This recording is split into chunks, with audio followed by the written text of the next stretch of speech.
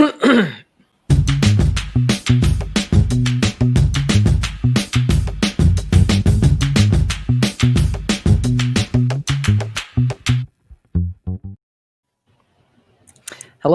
and welcome to Nap Chats. Hello, and I'm Leslie. What up? Sorry about the overlap and the audio lag. We're working with it. We're just going to roll the punches today. Today's guest, we have Ben Cote, who's a fellow father, friend, entrepreneur, and does a whole lot of other things, and wears a lot of hats. So today, we want to chat about raising adults, among a lot of other things, and we're just going to see where the conversation goes. So without further ado, here is Ben Cote. Hello, Ben. Thank you for having me on. Before we get started, if anybody's watching out there, please leave a comment in the live chat. Ask Ben any questions you might have during the podcast at any time. We love to hear from you. So let us know where you're tuning in from. So welcome, Ben. Thank you. Welcome. It's kind of interesting seeing you in a different setting, Ben. I know we talked about the different personas with the different people that were around, with different peer groups. So for you and I share a men's group, every man, and so it's always like nighttime, and we're talking about really heavy stuff and working through a bunch of shit. Yes. So it's kind of interesting to see a different side of you. Let's just dive right in. I know you wanted to talk about raising adults, and after stalking you a little bit more, there's a lot of other depth to you. So what's relevant right now in this moment, and we'll take it from there.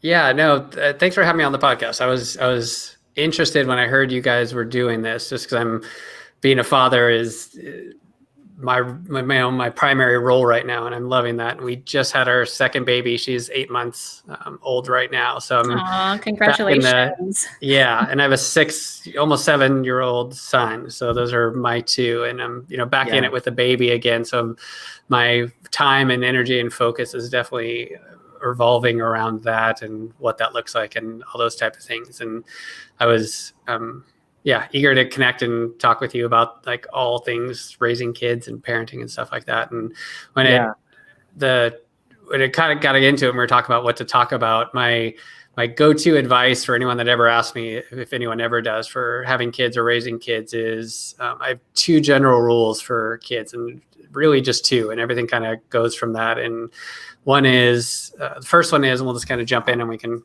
go from there. Yeah. Number 1, talk to them like they're adults. And this is kind of the key for me, is to realize that you are not raising a child, you're raising an adult, and they just happen to be a child right now, or they just happen to be a baby right now. And you're not raising them to be a kid that is going to be at the age that they're always at that time, or that's always going to be with you or live with you. You want to raise an adult that's a fully functioning human being that's capable of doing amazing things in the world for themselves and for their families, and always having that bigger picture in mind in doing that. And then specifically talking to them like they're an adult. So speaking to them slightly above their level, like letting them rise to the occasion of that, not speaking down to them, not belittling them, not expecting them not to know as much as you think they might. Like this is how people learn. This is how kids learn, especially with language, like using words they don't understand, talking to them and with full sentences and big words like this. They put things together in context and put things together, and that's how they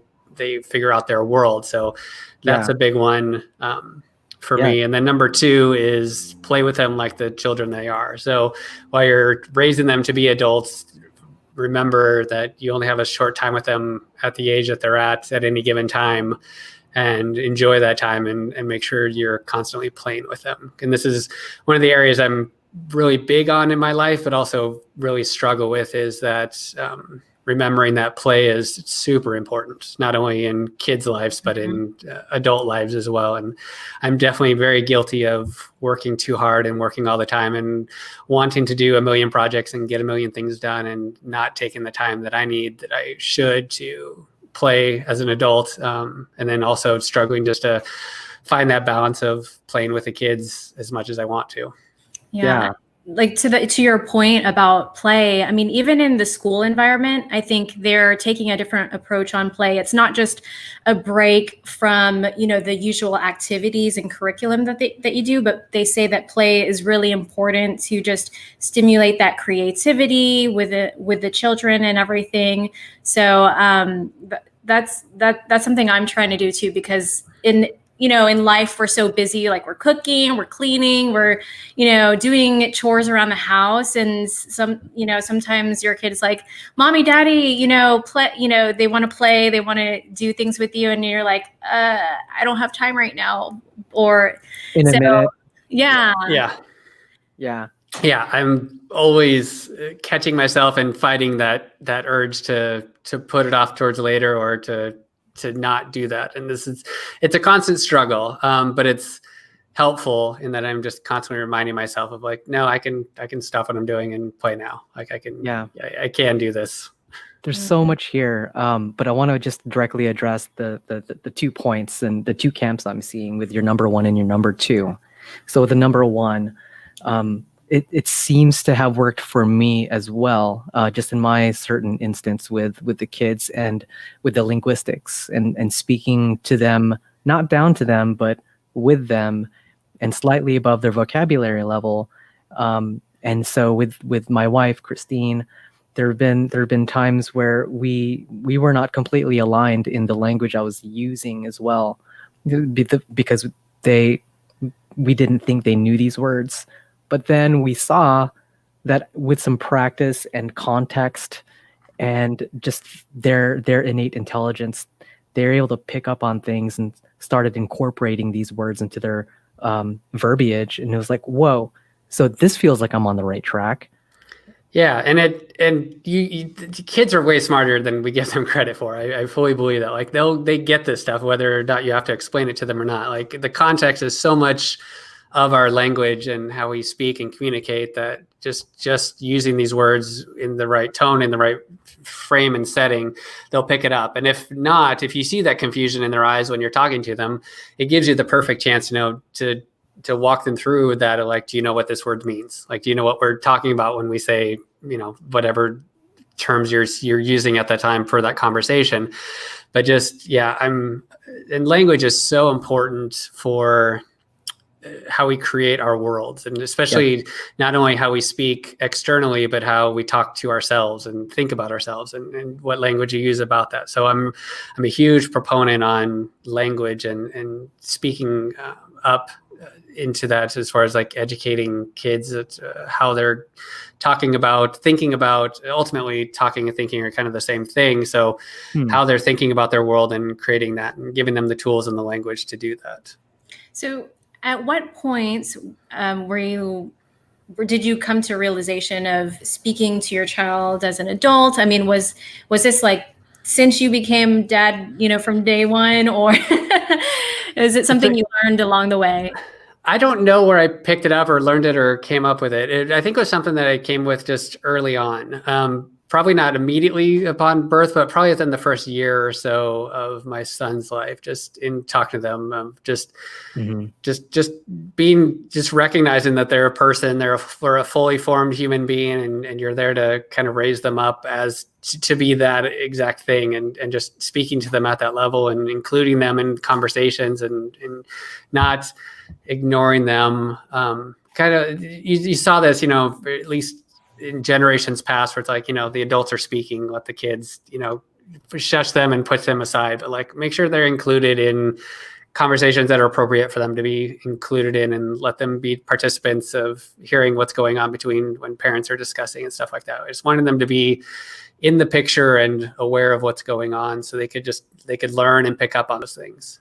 Yeah, I'm finding that, I'm not finding, so the idea you expressed of language fostering idea creation and even the internal dialogue. I've never really thought about that really critically in terms of, language can facilitate the concepts that a person is able to grasp. And now that's becoming more prevalent as we get into this really weird boundary. I know you're interested in neuroscience, so I want to geek out on this with Elon Musk's Neuralink, and how on several recent podcasts he's mentioning in the next 10 years language may be obsolete, and we will evolve into telepathy and experiencing our and expressing our intent and thoughts non-verbally. What do you think about that? It's super interesting, and I totally geek out on that kind of stuff too. It's really interesting. I know boundaries of different languages and things like that are going to start dissolving as technology just facilitates the ease between those two. And you're already starting to see these things with phones you can speak into, and it just immediately gets translated, into your earbuds as the other language and things like that. Mhm. That said, the things that are missing with like the Neuralink, or even going further than that, the idea of consciousness being separate from like your brain or your body, or migrating consciousness into a cloud technology kind of thing.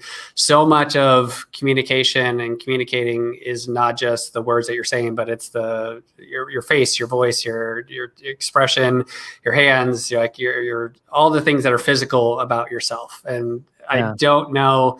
I'd be very curious to see what that looks like and feels like when all of that is stripped away, and if we are able to communicate telepathically, what that does. Because I'm very interested in having more people being able to understand one another better, and if that can happen through telepathy, there's less breakdowns in communications.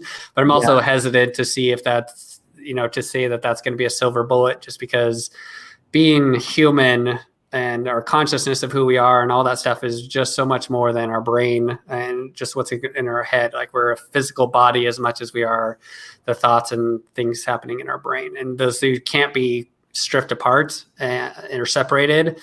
So it's really understanding and taking into account the whole picture. As much as I would love everyone to immediately understand and get what I'm trying to convey, instantly without me trying to fumble over words. We're all humans going through this experience, and I'm speaking to other humans, and humans are speaking to me. So much of that is in that body language, is in that tone, is in the circumstances, is in the context of all of that.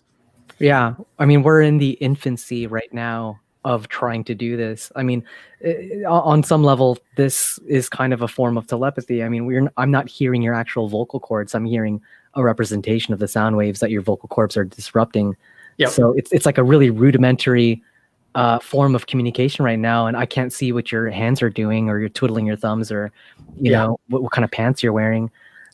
So like so much is lost, and it'll be interesting to see what we can gain back with high bandwidth connectivity. So that's like super geeky stuff I like to think about. For people like me, can you like in plain and simple words describe what Neuralink means? So the Neuralink project that Elon Musk is working on is essentially a way to plug your brain into a computer. So they're placing a network device under your skull that taps into your brain and has a connection to something, essentially a computer interface at some point. Then that can be augmented to do whatever they want at some point. But the idea is to enhance our capabilities by connecting us to computers in the cloud. So the thought and idea was you have instant access to Google and everything you need to think about or look up, and then instant access to memories or things you could store someplace instead of having to keep it around in your head or something like that. So it's an enhancement of capacities, and there's some very narrow applications for that, for like treating neurological diseases or treating specific people that have cognitive impairment issues, to where they can restore capacities that they have lost from their injuries or from their illness. And then there's the notion of complete cybernetic enhancement, of combining humans and computers and seeing what's possible to take users, or to take humans to that next level of capacity and capability. That's kind of the general idea. So what another step for that helps me understand it is, well, first of all, there's like super lofty claims, right? So Elon Musk claims that he will be able to restore bipedal mobility, so being able to walk, to someone who has a severed spinal cord, or someone who has their ocular nerve like actually physically cut, being able to make that connection from the brain to whatever organ, your legs or your eyeball. Just miraculous shit that, like, for example, my niece Savvy, she's it's like a physical impediment to the eyeball nerve, and so she can't see, and it'll, without the technology, she would potentially never see again. So she was a child and she lost her vision, and with this technology, perhaps that bridge will be able to be, that gap will be bridged. And also with neurodegenerative disorders like Alzheimer's and dementia, is claiming that it can be a cure for that. Where I'm interested in the application through the lens of like parenthood is, what kind of implications is that going to have with emotional regulation, expression, like verbal stuff, and also things like autism or any other variants from, like, what normal is deemed.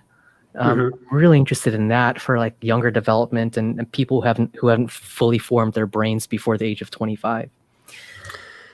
Yeah, for sure. It's interesting to think about, for kids and developing ages and things like that. I'm assuming, and again, I'm not with this project or anything, but I'm assuming they'll not immediately do it on anyone very young, because their brains are still developing. But over time, as the technology increases and works, and if it does pan out, I assume that younger and younger people will probably get this implant at some point, and we'll see what that looks like.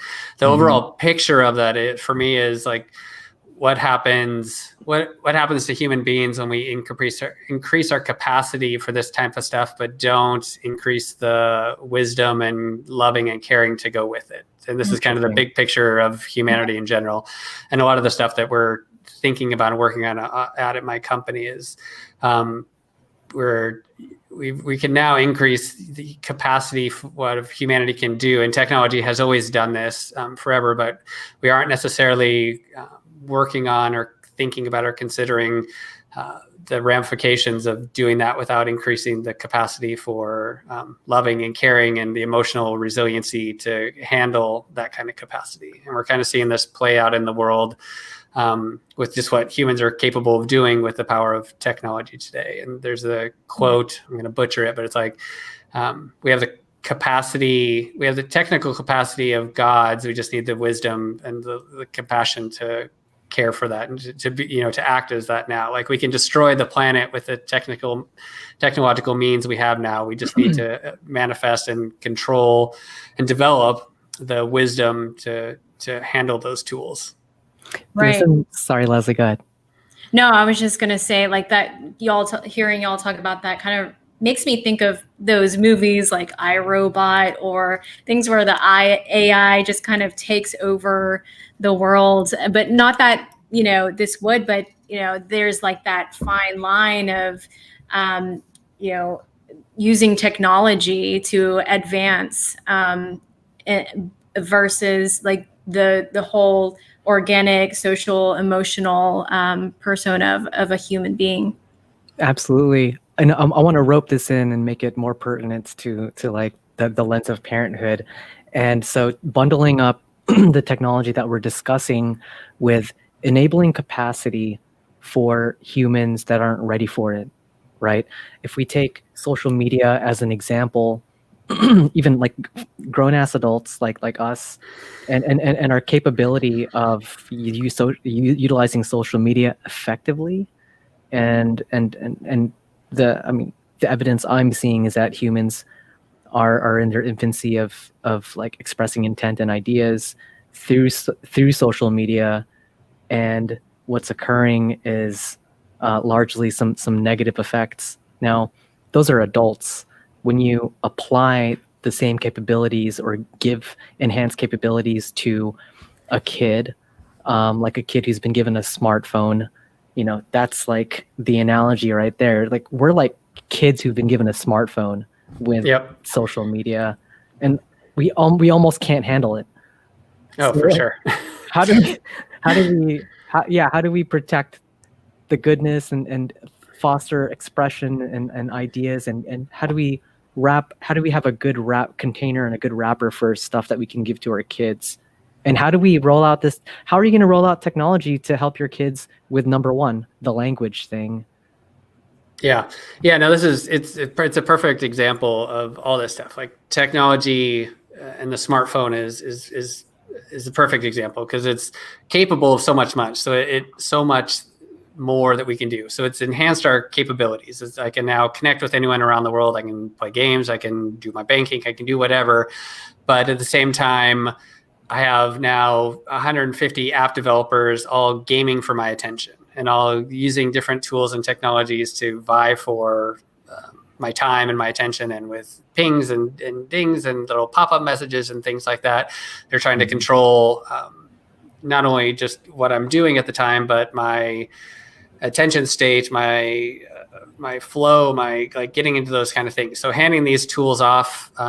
So one, we need to understand this technology and understand how it works and understand the capacities of it. The Facebook AI algorithm that feeds you what it feeds you, understanding what it's designed to do, how it's designed to do it, and what its purpose is crucial to using the tool of Facebook. So not just being able to connect with friends, but understand why you're seeing the stories you're seeing, why it's showing you the things it's showing you, because it's designed to keep your eyes on the app, to keep you on the site longer, because they generate more money for advertising. Like this is crucial for all this kind of stuff. And most people aren't aware of these things yet, which is sad. And they get their attention hijacked, and they get mad and they get frustrated, and they lash out, and they get their limbic system, taken in that fight or flight system. And then they're just in that state of emotional chaos and just responding and lashing out. And then they feel shitty, and they don't know why they feel shitty, because they're not taking the time to pause and reflect on all the stuff. They're just in that mode of using this app. So giving these tools and technologies to kids without any of that basic understanding and training and awareness is terrible, because we have adults that don't have that basic understanding and training and awareness. So I think the big picture going forward for bringing this back to kids is raising them to be, again, that fully formed human being. So that's understanding emotional intelligence, understanding how you use the things turn around and use you back, how you leverage technology and how it and to build your world, and how that technology turns around and leverages you, and how it makes you feel, and all those kind of things, and understanding the capacities and information about the AI algorithms behind Facebook, or the way apps and games are designed to work like slot machines to get your attention and to keep you playing longer and things like that. Like there's all these things that are rooted in psychology and in human development that we should be understanding and teaching our children, and giving them the appropriate amount of tools at the right times with the right guidance and understanding, and not using them as, here, this is a digital babysitter, go play with this in the corner for an hour and go away. That said, there's phenomenal tools for this. I was on the fence, or going back and forth on whether, at what age to give my son a device, or to let him play with an iPad, or what do those kind of things. And then early on, that kind of flipped, in that I just saw him learning to read so much sooner, just because he wanted to know what was going on the screen, like him wanting to know like what words he was seeing, and how to search for things on YouTube, and what videos he wanted to watch, or whatever. I fully attribute, or partially attribute, the iPad and him just wanting to know what was going on to him reading like at a very, very young age, just because we obviously taught him his ABCs and things like that. But he just figured a lot of it out, just because he was so self-driven and self-motivated to wanting to know what this button said and what this did to interact with it and stuff like that. So I kind of went back and forth on that. What age was he when he started reading? He was like 3-ish, and holy crap, really early. And he was really young reader. And again, it was nothing my wife and I pushed him into, or even just did a lot. He really figured a lot of it out on his own. That said, caveat, my mom, who watches him and watched him when he was younger, is a retired first, second grade teacher. So she did a lot of great things to, teach him some of those tricks and things. But I could see him when we were like playing on a game together or playing on an iPad together, I could see him like the wheels turning and him figuring it out and him wanting to figure out what was going on and putting those pieces together. And it really clicked with him at a very young age to drive him into like engaging with this tool, with this platform to get what was going on and to learn more about it. Totally. Yeah. I mean, as a tool, it's as a tool used appropriately and with some oversight. I totally understand. I would assume that it would accelerate the learning of a child. I'm on the opposite side. But I think I agree with what happened and with your kid and the development being accelerated. For me, I just feel like the user interface will always be there, and it's designed to be very attractive and designed to be very intuitive. And I've no doubt that if I put a kid in front of a smart device, they're going to pick it up and they're going to interact with it naturally. For sure. But I'm just, I guess I'm just hesitant of leaving them on autopilot on a device. So I prefer to do very deliberate. Hey, should we research this? What topic are you curious about? And then we'll like watch it together versus solo consumption and consciousness hijacking. Yep, absolutely. Yeah, there's definitely the parameters of that. And, going back to what you were saying about just awareness with understanding, like we were talking about the algorithm just recently and how, it can just it can put things in front of you to make you feel like that is the truth in your worlds, because that's what you're researching. That's what it's targeting you for, because you're looking up subjects or Google searching things around that topic. But if you're not aware about that, then it can really shape you to think certain things and not really think outside of that box. Yes. Yeah. Absolutely. I'm scared of that. I'm very scared of that for my kids, because I don't know about y'all too. I don't even know it's real in terms of like what I'm consuming. So I don't really have a trusted source, because I question everything.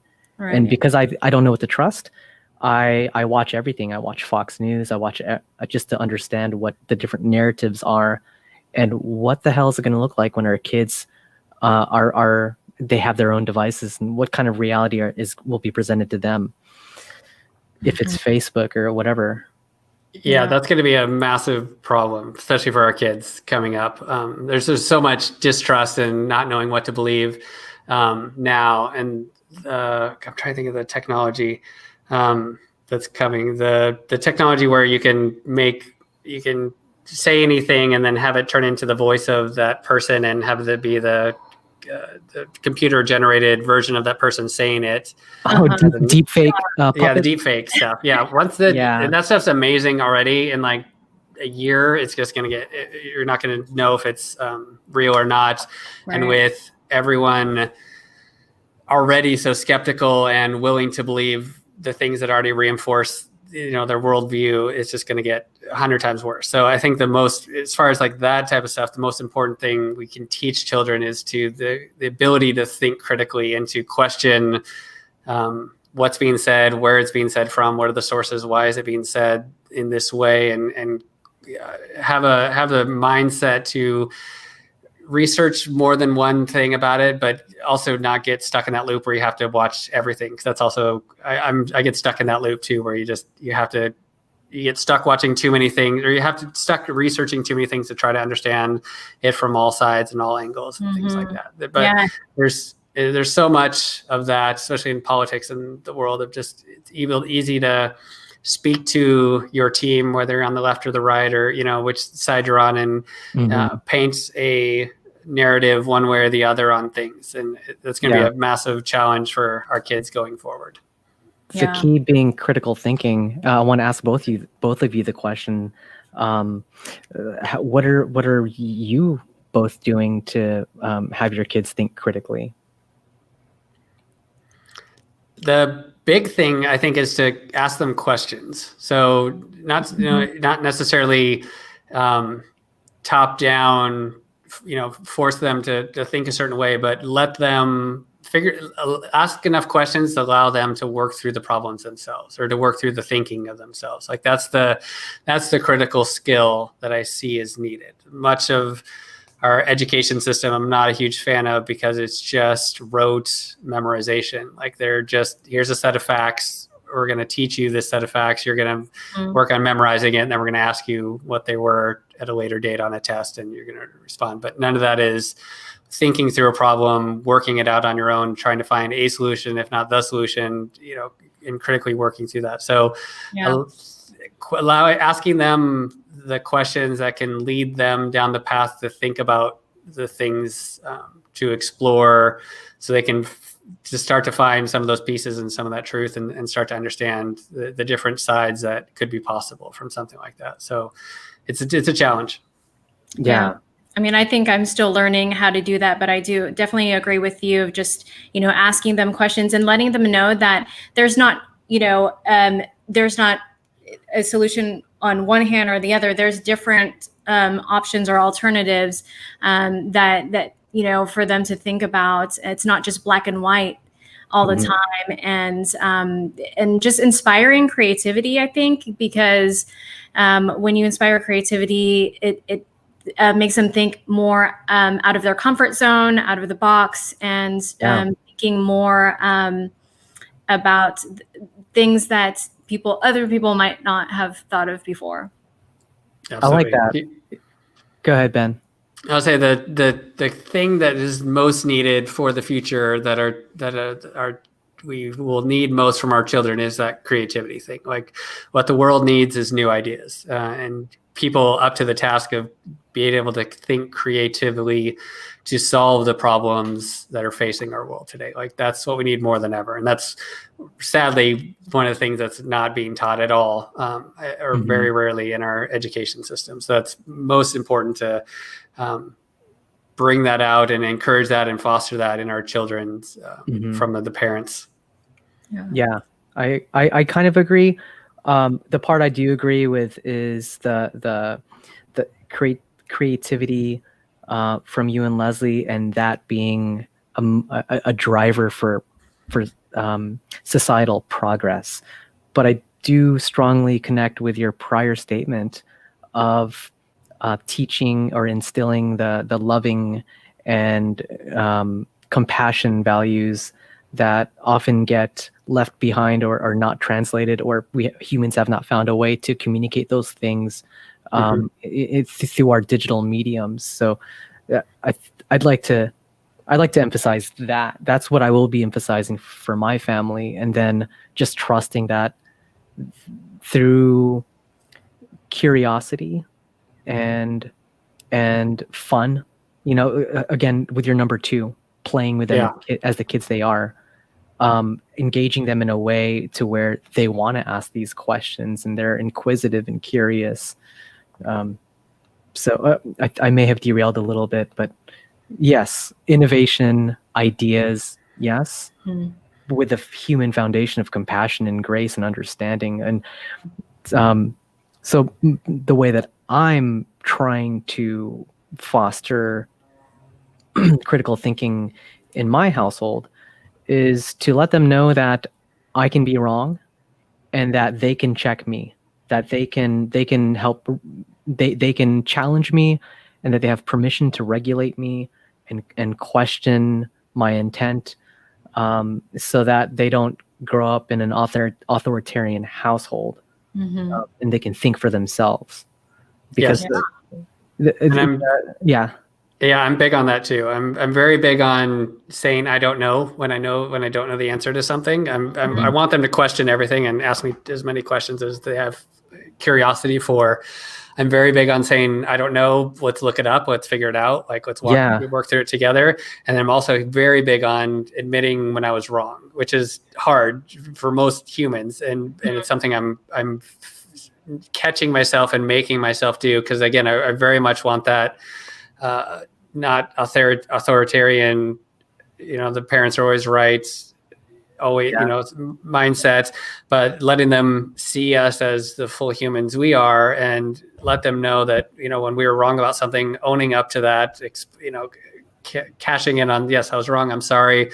I screwed this up. I should have done this. Like, making that aware to them so they can see that as an example of how to regulate that behavior and how to understand and own those feelings themselves. Because that's something that most adults, and again, I'm not perfect. I struggle with doing that in relationships as well, when you're admitting you're wrong. But I think it's so important to take the time to do that to your kids, more so than almost anyone else, just so they see that as an example of what they can do, what they should do as they grow up in their lives, and not strive to always be right for the sake of being right, or, Yeah.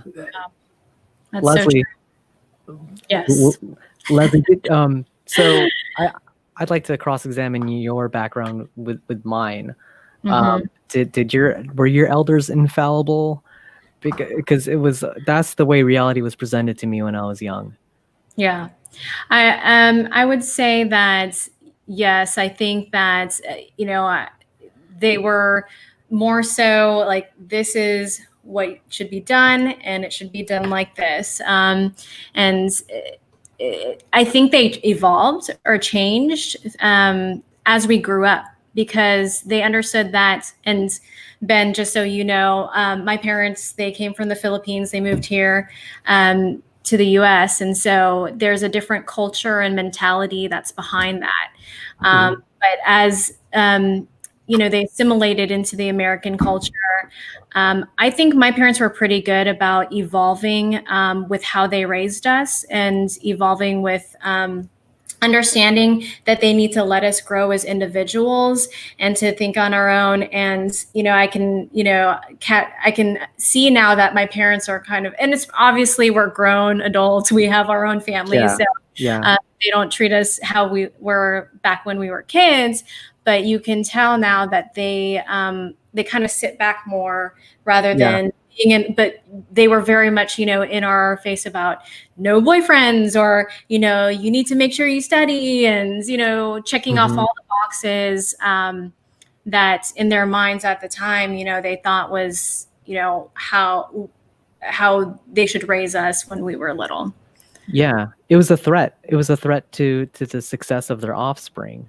Right? So they were doing whatever they could to ensure to mitigate risk for your future. I totally get it, but it's cool that they're lessening, or from my end, they're like, okay, so I think he's got it. He chill a little bit. I think grandkids have a very much a softening effect on parents. Oh yeah. My dad was very harsh and strict growing up, and after my sister, she had kids first, like there was just a definite transition of him showing up in that role of grandpa. That was, he showed up very differently than as he raised us. So it was fun to see that. Yeah. Do you two find yourself softening as you get older with age too, with your kids? Well, from the first one to the second one, yes. I can see as kind of softening, but I kind of think of it more so not being so uptight. Because I think with the first one, you're like, you want everything to be perfect. In your eyes, what you think is perfect, but then you, having gone through that experience, analyze and assess, and you realize I really didn't need to be that uptight about this or that. And making sure that he did certain things by a certain time, or, ate this much of food. I'm a little bit more lax with my second one. Yeah, me too. Even with like them getting hurt, it's like, okay. And I see it. I definitely see it with from Keanu to MJ. MJ is more tough. She with getting hurt, like I kind of just let her, if she fell, if she hurt, she tripped, just, let her experience that. And now, like, I can tell she's a lot more, she got that toughness in her. That's a cool philosophy overall. Let them experience that. Often we try to shield or protect from experience that we feel might be traumatic, and more I'm erring on the side of I'm here, and they're relatively safe, and I can provide a space for them to experience a certain degree of trauma in a controlled environment, rather than like rushing to the rescue or trying to prevent any kind of negativity. So I'm very much in flux too. Yeah, that's one of the big things I try to catch myself. This is probably one of the worst things I think I do as a parent. And I try to catch myself doing it and stop myself, but it's a force of habit. And we did this a ton with my son, and I'm trying to not do it with my little girl now, which is always just saying, be careful about everything. Like I just catch myself doing it all the time. Like, oh, be careful. And it's 100% more for, not for them to get hurt, but more for it's 100% selfish thing of I don't have to deal with them being hurt. Like it's a very much a selfish thing, and I'm trying to beat that out of my head of it's okay. And I think a part of it was as a child, I was the kid that was always getting hurt. I was in the hospital all the time. I was just running downstairs and climbing trees and breaking things. And I was just that active boy. And my son was 100% not that at all. Like he was the easiest kid. We put the locks on all the cupboards, and I don't think he ever tried to open one of them at all. He was just super easy. But by force of habit, when you see him doing something, you obviously don't want your kids to get hurt. Like there's the natural parental instinct, but I'm constantly catching myself just saying, be careful. And I'm trying to beat myself out of it, because I think it's a terrible thing to keep reinforcing for him, because I want him to be adventurous and outgoing and do things and not be stuck in this careful bubble that I wrap him in. And then on the flip side, my new daughter, she's like me as a child. Like she's into everything. She's already crawling at 7 months, and she just wants to climb up and on and everything. And she's going to be my adventurous one, which is awesome. But I'm trying to catch myself now from wrapping her in that protective bubble and letting her experience life and let her figure things out and let her, and be there for her, and obviously not want her to get hurt, but not wanting to shield her. Cause I very much don't want to be that helicopter parent that just does everything for the child or protects the child from every possible bad thing happening to them. Cause that's not a good way to go. Totally. I was on hikes. Sorry. No, go on. I was going to say you took your girl on a hike, right? Yes, just took her on her first backpack hike, daddy-daughter hike the other day. So she fits in the backpack I got for my son, which is great. And she loved it. She did great. She was smiling and talking the whole time. Fell asleep about halfway through. So I'm excited to do more of that with her and get her outdoors more. Exciting. Totally. That's the lovely thing about California. Is the window open behind you? I thought it was. Okay, because I just know, like in Texas, we can't ever live without air condition. But you're wasting your AC. You can just open the window and let the cool breeze come in. And I think there's something really cool about that, because you just smell the outside, and I love it. Yeah, no, we're again, we talked earlier, we're super spoiled to be in San Diego, and the weather is 75 all year round. Like it really is really nice.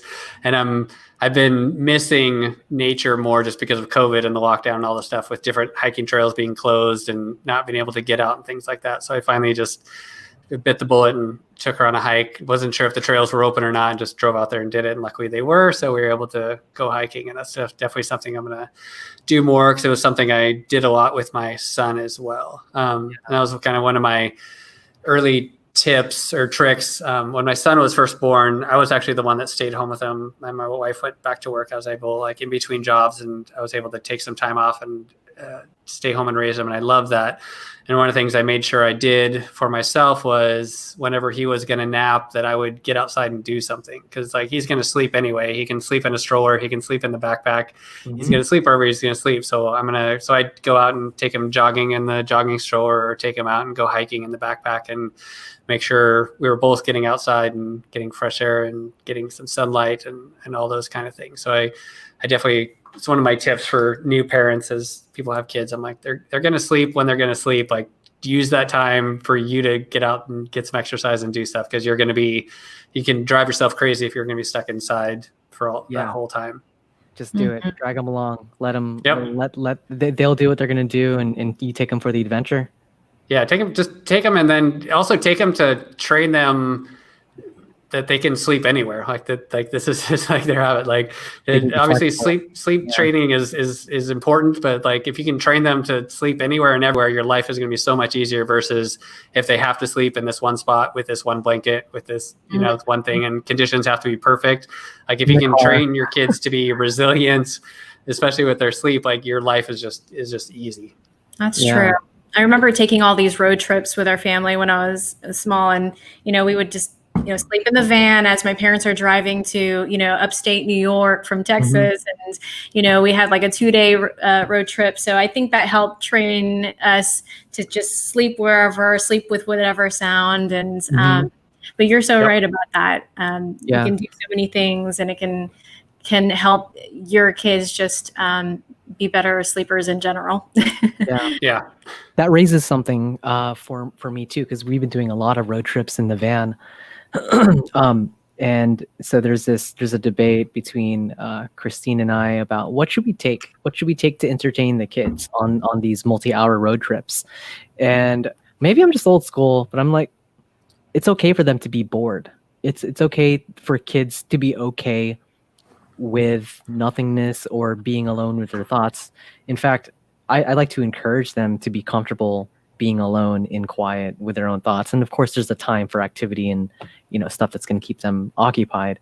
But how do y'all feel about kids and boredom and the society's seeming need to alleviate boredom at all costs? I'm 100% with you. Kids should be exposed to and be able to sit with their own thoughts and have time of boredom. And adults should too. This is something that's it's being weeded out of our society and our world of fitting something into every possible nook and cranny in every minute of our lives. And it's those times of boredom and quiet that are so important for adults that allow us to be creative and put things together and allow for thought, allow for things to make connections in our brains. And we don't give ourselves or allow that time to happen anymore. And I'm 100% guilty of this too. There's so many things I'm doing and want to do and want to get done that I leverage technology and leverage all these things to fit as much in as possible. But I'm thoroughly glad that I grew up in a time before the internet and iPads and things like that, and had those experiences of road trips, sitting in the car, staring out the window for hours on end, being able to be alone with my thoughts and think about things and ponder the world and look outside and have those moments of quiet. And I think we need to force that upon ourselves as adults and encourage that and make space for that for our children as well, and not allow them to be expecting to be entertained at every single moment of every single waking hour of their lives. I think that's one good thing that we've gotten out of the pandemic is just being able to slow down in life a little. Oh, yeah. I mean, I totally fall victim to that as well. I mean, but I am fortunate that back when we were kids, we did have a time when we were just, entertaining ourselves and not being in front of a screen all the time.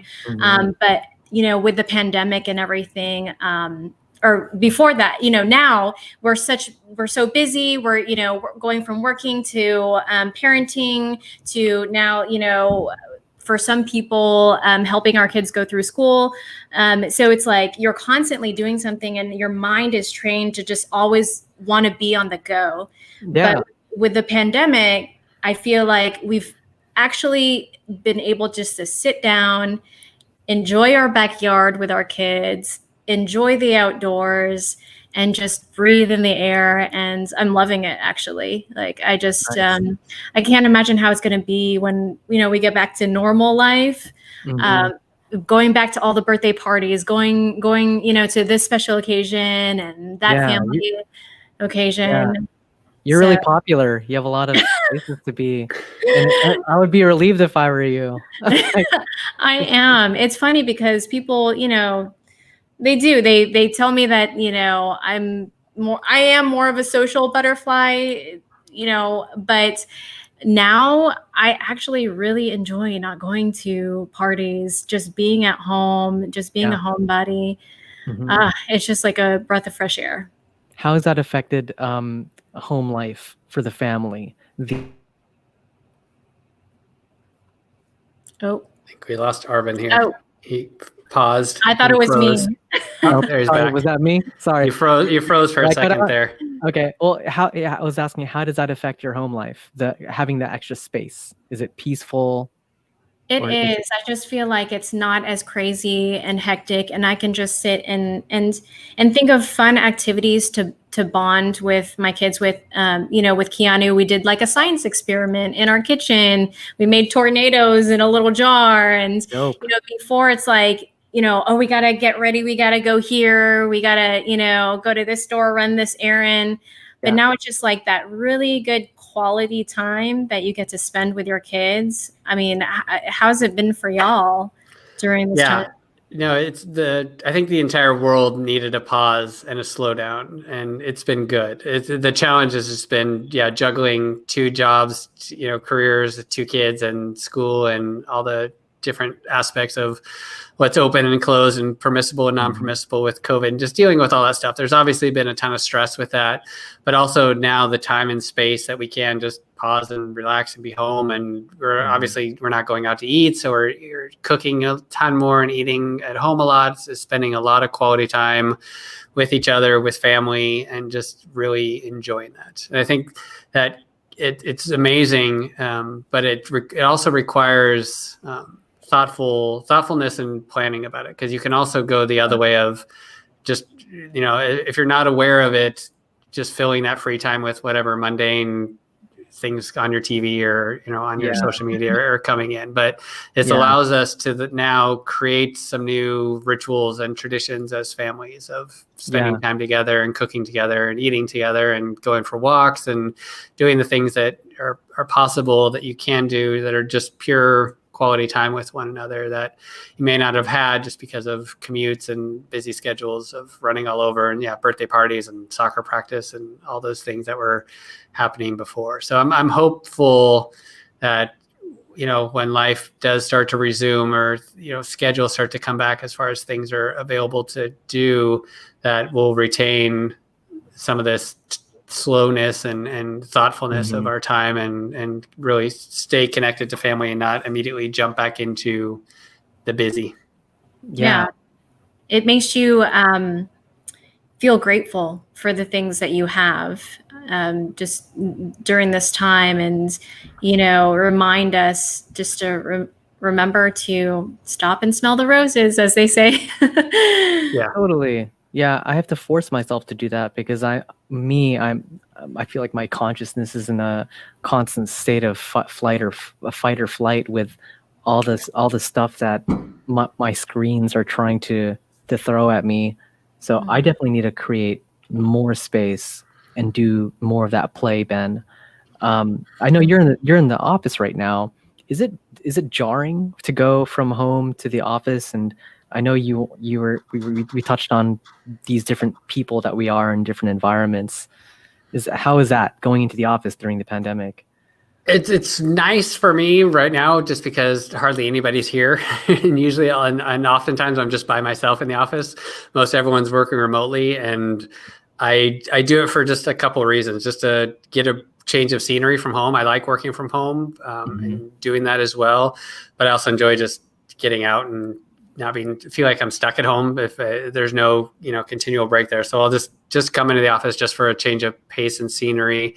I miss seeing all my coworkers. I desperately love all the people I work with, but at the same time, when they're all here, my time and attention is always being pulled in a million different directions and questions and input, and people want to say hi and just wanting to connect and all that stuff, and asking me questions and work and stuff. So having an office by myself or with like 1 or 2 people is phenomenal, just for I can just heads down and focus and get a ton of stuff done, type of thing. But I also love the flexibility and freedom, which we've always had at my office, of working from home and working from wherever. So I'm kind of finding the best in balance of both worlds. So I'm in the office a few days a week, just for different things. I also love the office because I just have my monitors and my standing desk and all my stuff here. So I can just, one thing I noticed after about like 3 weeks of being at home was my back was just getting really tight. And I'm like, my back's really hurting. I wonder why. And I'm like, oh, because I'm sitting all the time when I'm at home versus I have a nice standing desk at the office. So just for my health reasons, I like just coming here and getting that done as well. Are you standing right now? I'm sitting right now. No, I'm not at my desk. Just because I popped into a different office just to have a quiet space to do this interview, do this podcast. Yeah. So you do other podcasts too, right? So we have a podcast, for our own company, Collective Insights, which I produce. I'm not on right now, but I may be hosting some episodes soon. And we're expanding the reach of that podcast. We interview researchers and doctors and scientists and people doing amazing things in their own fields. And we're about to launch a separate branch of that podcast with Jamie Wheel, the host or the author of Stealing Fire, working on some of the bigger picture things that we're talking about. So society, civilization level structures and organizations and things of how we make sense of the world today and where we can make positive change and do stuff.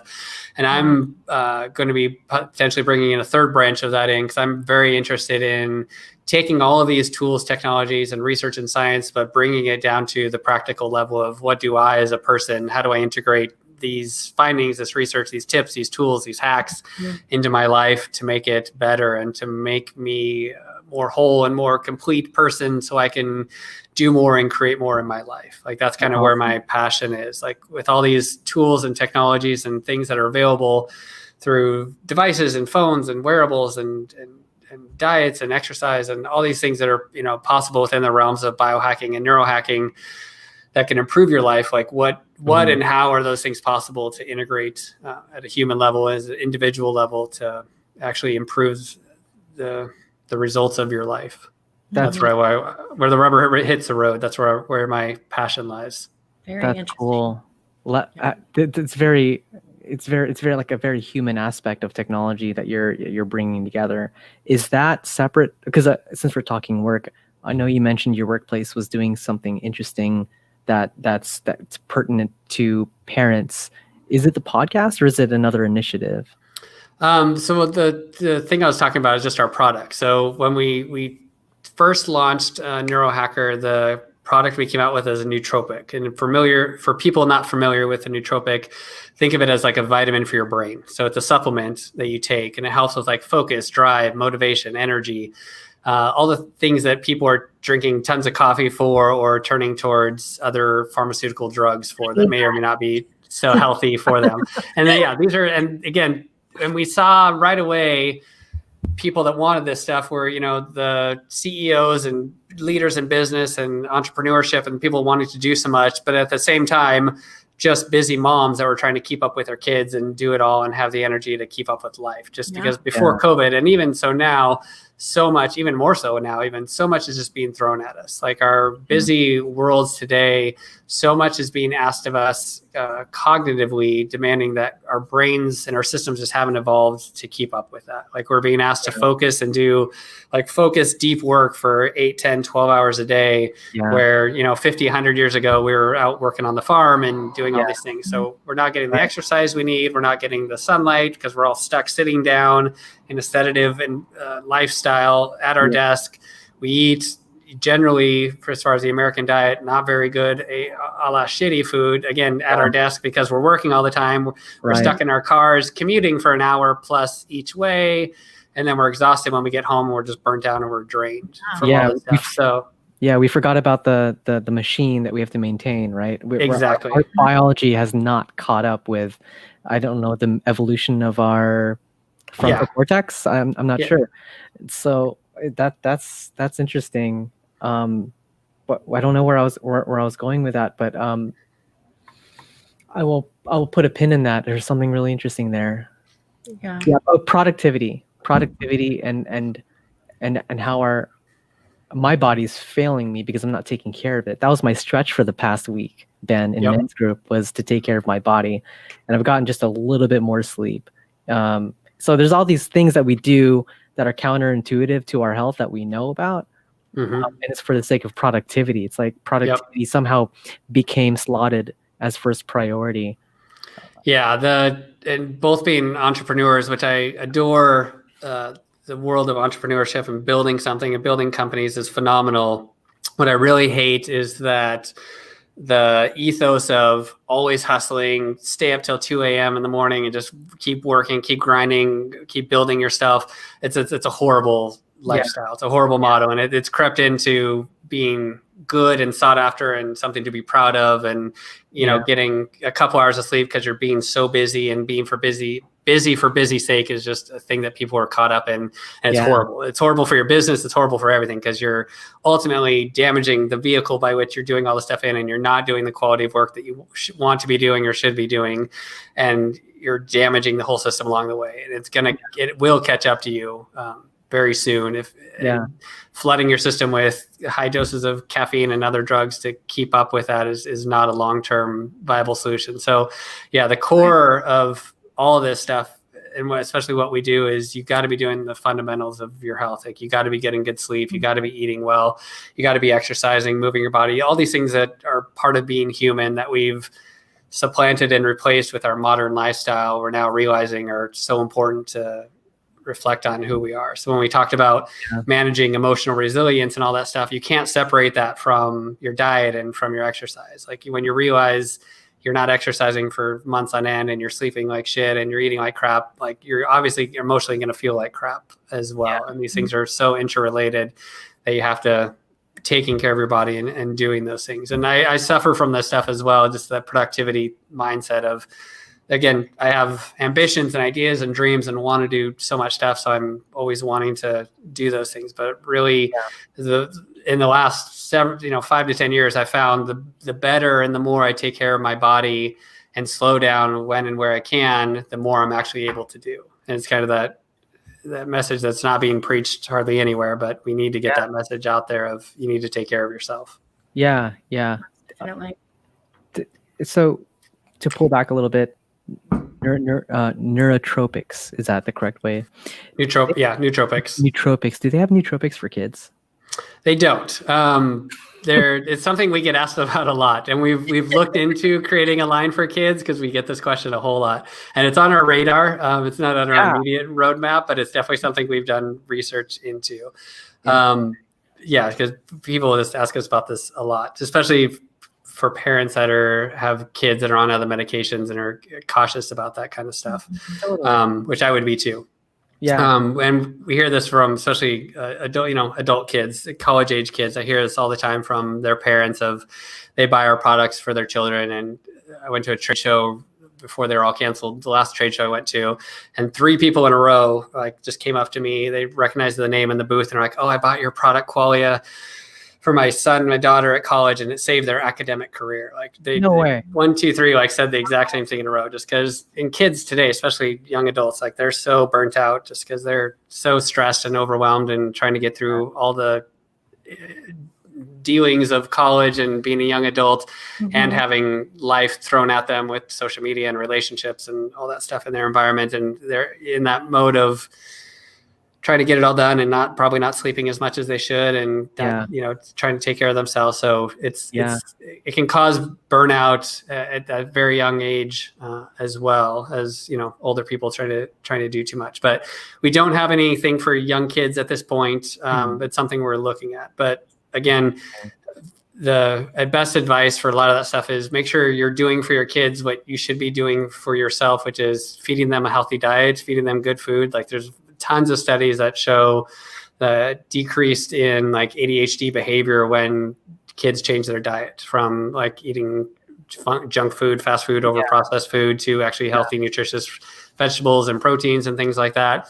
Also making sure that they're getting up and getting outside and getting exercise, and they're not just cooped up inside and stuck in a sedentary lifetime. We're humans, as humans, we need physical activity. We're evolved for that, and now we have this environment where we have air conditioning. We can be inside all the time because it's hot outside. We're not stressed. We're not in a state of duress. We're not hunting for our food. Exactly. We're not.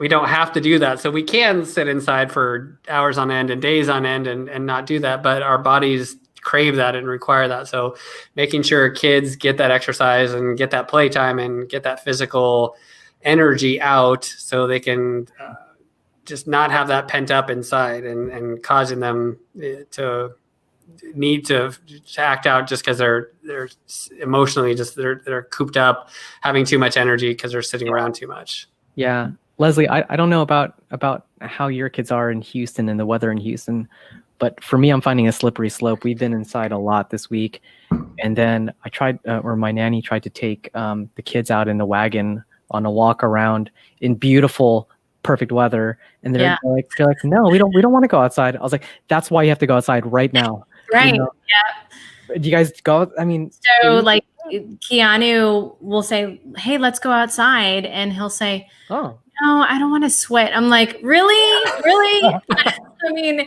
you need to go outside. You need to burn, some energy. Please just get outside. I mean, I'm dying to go outside sometimes, but it's definitely hard here with this humidity. And, a lot of people, they just like shelter indoors during the summertime. Mm-hmm. But you're right. It's important to remember that we need to get out there, exercise, take care of our bodies. And do all that. Yeah, my kids are definitely more acty-outy, whatever the adjective is for that. They act out, and they have a hard time regulating their emotions when they don't go outside.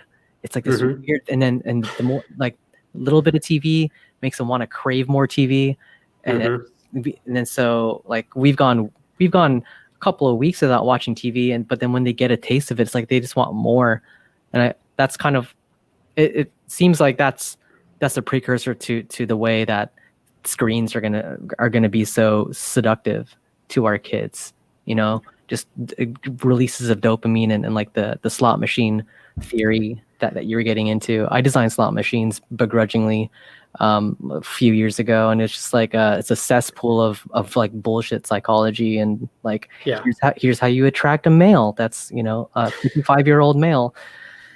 But anyway, there's a term, hypernormal stimuli. It is one we use a lot around here, and it evolves to different things. So our brains and bodies have evolved over the last 100 millions of years, and we got to a point, and now because of technology and all these things, we have all this hypernormal stimuli that can hijack our systems. So whether it's fast food and things with sugar in it that like hijack our food systems and our tongue. It's like you can inject a small amount of sugar in something and your brain goes, oh, this tastes amazing because we didn't get sugar 1,000 years ago type of stuff. And then with like TVs and bright lights and bright signals and stuff, it's like you have this hypernormal stimuli. So whether it's fast food, whether it's entertainment, TV, iPads, the buzzing noises, things like that, there's all these different things that are able to take our attention and hijack those systems easily away from us just because we haven't evolved to that. Like we didn't have smartphones, 10, 20 years ago or 20 years ago. We didn't have apps 10 years ago. I just saw that. Like it's so, all this stuff is so new and we're in our infancy and all this stuff. So we're figuring it out and how to deal with it. But our bodies are so, quote unquote old, or our systems are so old that it's easy to play on these systems and to hijack them with this stuff. So we have to just be aware of that and be cautious. Mm-hmm. Yeah, this is all new territory. I was sorry when I was interrupting you. I was saying Facebook decided to show me a picture of Steve Jobs showing the iPhone in 2007 or 2008, and that was not that long ago. That revolutionary jump, and I don't know what's next. But before we get off the topic of the nootropics, I want some. I'll get you some. I was like, I need that in my life right now. we just launched our latest product. So we've launched some other products in the space now. We just launched our latest one, which is the sleep product. In the last couple of weeks, it's just phenomenal. And it's very different design than all the other sleep products out there, in that there's no sedative agents in it. It's not designed just to help you like fall asleep. And we've been working on this thing for 2 to 3 years, just because sleep is really hard. Like sleep is just not one thing. There's a lot of things that make up sleep, a lot of things that affect sleep. But this is designed to optimize the quality of your sleep and help you really get that deep sleep that your body needs for that rest and restorative properties of everything that happens when you're sleeping. Hold and on. luckily, can I sleep less and get the same amount of REM sleep? Is that what you're saying I can do? It helps you get better, deeper quality sleep of that REM sleep. So you still should be getting enough sleep. Like you really don't want to take shortcuts in this area. I know everyone's looking for one because they want more time in their day, but this can help get those, emphasize and amplify that deep quality sleep. And luckily I say it, I haven't suffered from sleep problems in the past. That said, my 8-month-old daughter is working on that. So I'm not getting the greatest sleep in the world when she's up in the middle of the night and things like that. So obviously my sleep is disrupted right now. So I've just been using it for that and noticing, massive improvements in the deepness of my sleep and how you wake up just feeling restored and refreshed. And then if I am woken up in the middle of the night or have to get up with her, I can fall asleep just like that. Like I can get back to sleep much easier, much quicker, much faster, and get back into that than otherwise. So this is our latest product and it's doing really, really well. And obviously there's a huge market for sleep just because sleep's one of those things when you don't get it for a day or two, you feel it and you're throughout your entire body and it affects your entire world. Like sleep is so important for our brains and for our health and for our overall well-being. And when you don't sleep for a couple nights, like you just feel that in everything you do. And it impacts not only the work that you can do, but your emotions and everything else throughout your life. And people are looking for solutions for that. So I'm very excited for people to try this product that are having issues with their sleep. Yeah, I mean, I think it could be very helpful for parents who just had a newborn, just like you mentioned you're using it for. So I wish I had that whenever my kids were newborns. Yeah. What's the name of it again? Can you plug it? Qualia Night is the latest product for our sleep. So Qualia is the line of our products. We have Qualia Mind, which is our nootropic. That's kind of our premier nootropic. Night is our newest formula designed for sleep. And then we have another one called Qualia Life, which is our anti-aging longevity product. So as you age, your energy in your cells starts to break down. So your body is made up of trillions of cells and they all need ATP and mitochondrial energy to function, just to do the work that they need to do. As you get older, that energy level starts to drop and the cells individually just can't do the work that they want to do. And that's how you get cell decay and that's why you get aging. So this is designed to boost that mitochondrial support and help support that ATP production. So all the cells in your body just have the energy they need just to do the work of your body kind of thing. So this is our product and it's phenomenal. I love that one. And we also have a nootropic energy shot, which I adore. It might be my favorite product of all, just because I can't drink any energy drinks at all, like any 5-hour Red Bull, any of those. If I have a smallest sip of one, I'm hyper and I'm jittery and I'm like crawling out of my skin and it makes me feel terrible. So I just can't drink those. This is like a little 2-ounce energy shot that has that energy boost, but it has the nootropic effects of focus and drive. And I use that primarily for working out, like for running, for exercising. I have the best workout every single time I take it. And I just feel amazing the rest of the day. I still have a ton of energy and drive for like completing my work and working on it and doing all the things I want to do. So I'm fully in love with that product as well. But the new Night one I'm very impressed with for not having had sleep problems before and then trying this now with just dealing with sleep issues for my baby. Like it's amazing. So people can get it at neurohacker.com. Is it available on Amazon too? It is on Amazon as well. You can get it on Amazon. You can get a better deal on our website. We have some really good deals. We have a really good sale right now, one of our biggest sales of the year that we have right now. So if you guys are wanting to get it at the best price, head over to neurohacker.com. And we have a full 100-day, 100% money back guarantee. We want everyone to try our products to see how they really work for them. If you try anything that you buy from us and you don't love it for any reason whatsoever, just let us know and we refund all of your money back, 100% of it, and you keep the product. You don't have to send anything back to us. It's super easy. There's no nonsense or anything like that. Like we want you to try it. And if it doesn't work, we want you to have your money back so you'll come back and try our next product to see if that might work for you. But I'm a huge fan of all of our products. I use them a lot and I've gotten tremendous benefits from them. So they're amazing. That's awesome. And zero neurotoxicity? Yeah, one of the nice things about our products is they're designed to support your system and how it naturally regulates and functions. So the genius behind the secret sauce of our formula design and the science that we do is we believe in the innate ability and intelligence of the body and to regulate and function. It knows how to do these things. Your body knows how to focus. Your body knows how to produce energy. Your body knows how to do all these things when it's regulating properly. So we don't want to hijack it or override it with high doses of single ingredients to produce limited effects for a short time, but then leave your system in withdrawals or dependency or downregulation or all these things because you took something to do that. Like that's kind of the modern pharmaceutical approach to this one. Our approach is we want to support the pathways that mediate cognitive performance for nootropics and help you do those things, but doing so in a way that leaves your system with an increased capacity and increased resilience long-term, even after you stop taking the product. So one of the really phenomenal things about our nootropic line for quality of mind is you feel it work the very first time you take it. Like you feel it immediately within the first hour, usually in the first like 20 to 30 minutes. And for me, this is energy, focus, drive. And the thing I noticed immediately right away for me is it wipes out my procrastination. That feeling when you have like too much stuff to do and you don't know how or where to get started on any one thing because your list is just so long. I could literally feel that feeling melt away, and I could just like pick up on a task and have the energy and the focus and drive to work on it, complete it, put it down, and move on to the next one without any hesitation in between. That was just like a game changer for me. One of the really cool things though, the really cool things about this product is it gets better the longer you take it. So as you continue taking it, you'll start to notice new effects that will show up stronger in later weeks and months than at the beginning.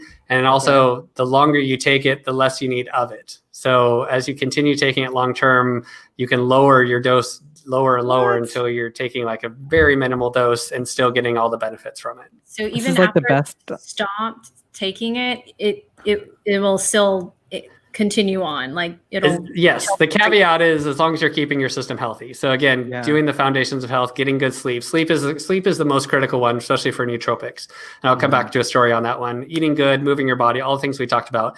If you go out and party for 3 days in a row and don't sleep, you can obviously do damage to your system and undo some of that. But for me, I took it at a lower dose because I didn't need the full dose for about 3.5 months, and started noticing I didn't need as much and started tapering down till I hit about 8 or 9 months and then stopped completely. And I was off of it for about 4 or 5 months with none. And now I take like 1 or 2 capsules, maybe once or twice a week if I take any at all. And I continue to feel the effects of it. When my wife first started taking it, this is a story. When I first started this company, she's an ER nurse, and she was working nights for many years and just switched to a new hospital and switched to days. So I was telling her how amazing this product is and how just blown away by how blown away I was by it. And she should really try it. And she first tried it when she was in between that days and night shift, and just her sleep was just all over the place and she was getting terrible and or no sleep. And she first tried it and she felt nothing, just got zero. And she thought I was crazy. She's like, I don't get anything from this. I'm feeling nothing from this whatsoever. Placebo. I'm like, all right, stop taking it. Focus on your sleep, like get yourself dialed into your new sleep routine. So she took a couple weeks off, got her new sleep schedule dialed into working days instead of nights, and tried it again. And she's like, holy shit, this stuff's amazing. Like it was just like that night and day difference from poor sleep or no sleep to getting good sleep and having the things. And this is the quality of one of the pathways that it works on in the brain is that pathway that moves your memories from short-term to long-term storage when you sleep. And if you're just not getting good sleep or not getting enough sleep, that pathway is just blocked or unavailable. So you're not able to get the full benefits of this. So for the people that buy our products that are not seeing the benefits, when they call up, we're like, how's your sleep? And they're like, oh yeah, it's not that great, or it's kind of shitty. Like it's something in our modern world, unfortunately, it's very easy to shortcut or put less emphasis on our sleep or the quality of that sleep just because we want to stay up and watch, one more episode of Netflix, or want to stay up and just do one more thing. And it's very easy to do that in our modern world. And I think now we're starting to realize, and so much more research is being done on sleep and how important that is, that message is starting to come out. So I'm excited to help bring that message about of just how crucial sleep is to that. And I think ultimately the message behind that is that we all should be on board with is like, how important it is just to take care of our bodies, and how like what that self-care and that self-love looks like. Of like, if you want to do great things in your world, you need to take care of yourself first. You need to treat yourself like you're important enough to value yourself enough to get good health and get good sleep and eat well and take time for yourself to exercise and put the emphasis and priority in those places so you can be ready and be optimized and be capable to do that work that you want to get done. Yeah. And if I want my kids to be healthy like that too, I need to model that Yeah. goodness for them and get off my ass too. Oh, absolutely. Just like, yeah, totally. So much of what we learned about all this stuff is just purely by looking at those and the examples around us. Like most people don't sit down and talk to their kids about the importance of sleep or, the health reasons for the food that they eat. They cook the food that they cook for them, and they see their parents eating the food that their parents eat, and they see how they live, and that's quote unquote normal because that's how they live and that's how they were brought up, and no one ever discusses it or talks about it. Yeah. But yeah, it's important. It really is. I feel the passion. Thank you. I feel it too. I want to go on a run right after this and just like eat a salad. Seriously. Yeah. It's been, I know we're like on an hour and 20. Are there any other ideas that you like to kick around before we close up? This is great. We talked about so much stuff. I think one of the things I want to encourage that I've been just really trying to do myself during this time of COVID is not only slow down, but be intentional with your time and with your family. And especially this is the challenge of working from home, and as school gets started back up, that there's a ton of chaos in that world of what does working from home with kids look like, what does working from home with kids going to school look like, and all that stuff. Make sure that you understand that that you're in charge of your day and your schedule, and it's up to you to set the tone and set the times for you to do the things that you need to do, and sit down with your family and make traditions and rituals that help you carve out some time of that chaos for quality time in your life. So I like that. Like it's so easy just to escape from one chaotic thing into the next just because you're so busy and doing things. And especially today, there's no transitions between those because there's no time of commuting and there's no other things it's just one thing flows into the other, and the whole day can just go by and you're just in that busy fight or flight running around in chaos mode. So I really want to encourage everyone to sit down, slow down, take some time to think about and come up and create and curate some times for your family to do things that are important for your family. So whether it's game night or going for a walk or cooking together or eating together, whatever those may be, just start to create those in your world to carve out that time away from everything else and start building upon those. Like start with one and then build a second and make those, if you can, make those things that are good for your body. So like getting walks in the neighborhood, I've seen a ton more people doing that in our neighborhood. Mm-hmm. And I think that was one of the things that, is one of the only things we could do early on when just everything was shut down and locked down. So everyone just kind of went for walks, and that's awesome. Yeah. So taking that family walk, taking that time to cook dinner and eat together, set up some time for like family exercise, like whatever those things are, but like be intentional with that, with the time that the time you're given, and do something cool with it with your family. Beautiful. Yeah. On that note, thank you for carving. You're welcome. Thank you so much for your time. Love talking with you and learning more about all the things that you're working on. Very awesome. Appreciate it. Thank you. Thank you for having me on. It was a lot of fun. For sure. We'll hopefully have you back in a future episode. All right. We'd love that. You. Thanks, Ben. We'll see you. All right. So what a great episode with Ben. I learned a lot. I feel like I really need some of that nootropics. I need all of it. I need that sleep stuff. I need to focus. I need to be intentional with my time. I need to create some rituals, be engaged. I need to play with my kids. Right. Yeah. So what a great, dense, fact-filled episode. So for any other parents who have interesting ideas that you'd like to share with us or explore, or if you're curious about anything, don't hesitate to reach out. We'd love to chat with you. Yes. And thank you so much to everybody who tuned in today. Just want to give a quick shout out to everyone who liked our page or showed us some love, to Vanessa Rogers, Sergio Aleman, Jason Robinette. Hey, hubby. Thank you. For those who loved Amy Lineback and Pirong Villamayor, we really appreciate you taking the time to tune in And we hope you'll join us on our next episode. Actually, tomorrow, we got back-to-back sessions this week. Tomorrow's going to be a really interesting one with a dynamic doctor duo, a husband and wife who are family doctors.